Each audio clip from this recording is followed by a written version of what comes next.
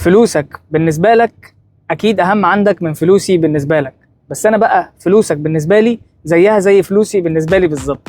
أنا النهاردة مش هدفي أبدا إن أنا أبيع لك عقار، أنا هدفي إن أنا أشتري لك، وتفرق كتير. أنا لما هشتري لك أنا وأنت هنكون في نفس السايد مع بعض، بنكسب مع بعض، بمعنى إن أنا لما هشتري لك عقار أنت هتكسب بإن أنت تاخد عقار مميز جدا في منطقة حلوة جدا عليها طلب، سهل جدا في إعادة البيع وسهل في التأجير، وأنا كمان هكسب وهاخد عمولتي من المطور، وعمولتي هاخدها من المطور مش منك. انا باكد على الحته دي، والسعر اللي انت هتشتري بيه من المطور هو السعر اللي انت هتشتري بيه لو انا معاك.